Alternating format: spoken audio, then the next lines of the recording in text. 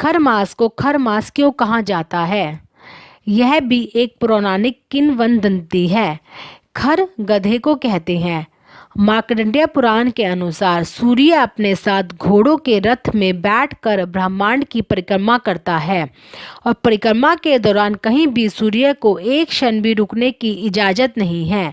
लेकिन सूर्य के सातों घोड़े सारे साल भर दौड़ लगाते लगाते प्यास से तड़पने लगे।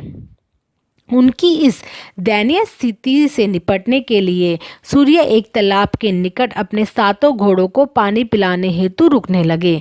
लेकिन तभी उन्हें यह प्रतिज्ञा याद आई कि घोड़े बेशक प्यासे रह जाएं, लेकिन यात्रा को विराम नहीं देना है, नहीं तो सौर मंडल में अनर्थ हो जाएगा। सूर्य भगवान ने चारों ओर देखा। तत्काल ही सूर्य भगवान पानी के कुंड के आगे खड़े दो गधों को अपने रथ पर जोतकर आगे बढ़ गए और अपने सातों घोड़े तब तक प्यास बुझाने के लिए खोल दिए गए। अब स्थिति ये रही कि गधे यानी खर अपनी मंद गति से पूरे पौष मास में ब्रह्मांड की यात्रा करते रहे और सूर्य का तेज बहुत ही कमज़ोर होकर धरती पर प्रकट हुआ।